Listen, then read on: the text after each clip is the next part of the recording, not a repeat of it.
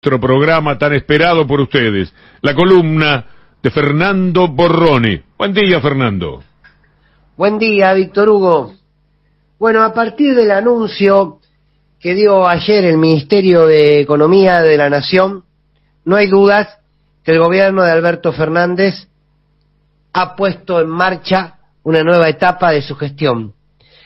Las medidas económicas anunciadas, que por supuesto buscan recuperar nuestra economía, equilibrarla previamente, es un escenario que luego de 10 meses de haber asumido este gobierno, genera una expectativa concreta y real. ¿Por qué?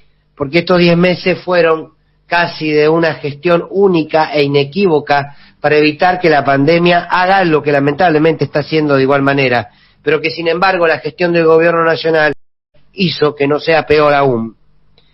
Pero, decía, es, si se quiere, la primera planificación concreta de cara al futuro conocido por la sociedad toda en términos económicos, para salir de este desastre en el que nos dejó el gobierno de Mauricio Macri de la mano de un sector del empresariado argentino y del monopolio Clarín. Estas medidas económicas, además, obligan a la oposición a llevar adelante discusiones políticas, económicas, y de alguna manera lo obligan a salir de este discurso berreta que han repetido sistemáticamente desde los medios de comunicación, diciendo que no hay democracia, que no hay libertad, que no hay república. Quiero decir, la oposición ahora deberá, o el oficialismo deberá obligar a la oposición a que discuta economía. Cosa que les va a ser muy difícil hablar. Por supuesto que pudor no tienen para decir básicamente nada. Sin embargo, es muy difícil poder encontrar que los dirigentes de la oposición puedan argumentar algo en términos de lo económico después de precisamente el desastre que han hecho con nuestro país.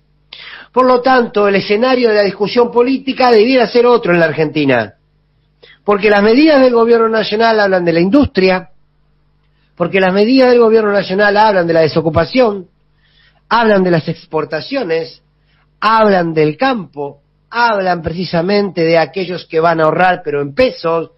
Hay una política económica que en todo caso, si quieren oponerse, van a tener que argumentar economía.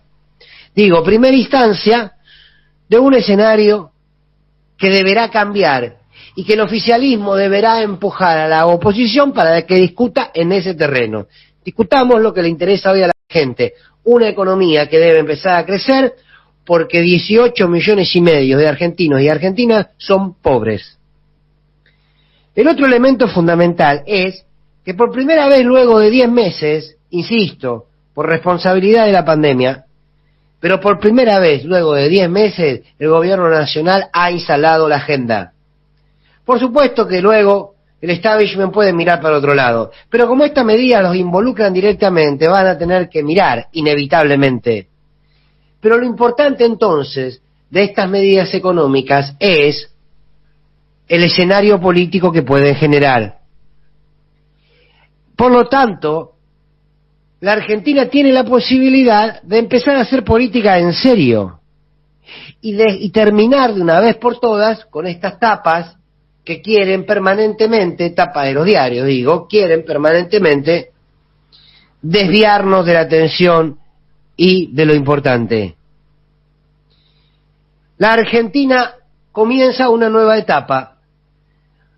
Cuando alguna vez el presidente de la Nación manifestó que él no se abraza a ningún plan económico preestablecido, sino que toma decisiones económicas a partir de la coyuntura y de la realidad, bien, este escenario es entonces el que había anunciado el presidente.